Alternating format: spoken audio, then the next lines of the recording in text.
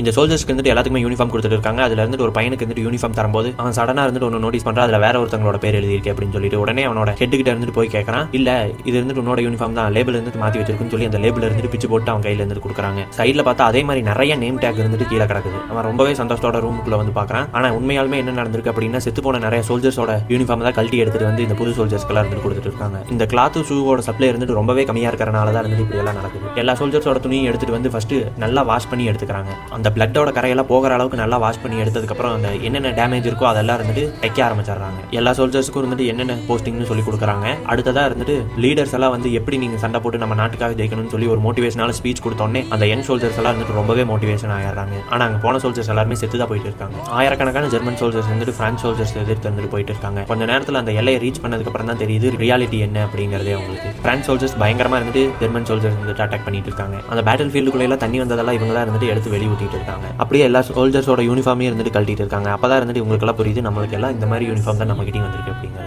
German soldiers வந்துட்டு French soldier இருந்த இடத்த இருந்துட்டு அட்டாக் பண்ணிட்டு அங்க வச்சிருந்த அவங்களோட சாப்பிட்டு இருக்க சப்ளைஸ் எல்லாம் இருந்துட்டு இவங்க போய் சாப்பிடுறாங்க. உடனே அங்க இருந்த எலியெல்லாம் இருந்துட்டு அங்க இருந்து ஓட ஆரம்பிச்சிருது. அப்பதான் இருந்துட்டு அந்த ஜெர்மன் சோல்ஜர்ஸ்க்கு புரியுது இங்க ஏதோ தப்பா நடக்க போகுது அப்படின்னு சொல்லிட்டு உடனே வெளியே வந்து பாக்குறாங்க. வேர்ல்டு வார் 1 இந்த டேங்கை பார்த்து இருந்துட்டு பயப்படாத ஆளே இல்லை. நீங்க எந்த இடத்துல இருந்து ஃபயர் பண்ணீங்கனாலும் இந்த டேங்க்கு இருந்துட்டு ஒண்ணுமே ஆகாது. இந்த டேங்க் போற இடத்துக்கு போய்கிட்டே இருக்கும். இதை பார்த்து அவங்க ரொம்பவே ஷாக் ஆயிடுறாங்க. அந்த டேங்க் இருந்துட்டு அவங்க இடத்த அட்டாக் பண்ண உடனே அங்க இருந்து எல்லாருமே இருந்துட்டு ஓட ஆரம்பிச்சிடுறாங்க. இதே மாதிரி இன்ட்ரெஸ்டிங்கா தமிழ் டப்ல மூவி பார்க்கணும்னா என்ன ஃபாலோ பண்ணி வச்சுக்கோங்க. Stay tuned.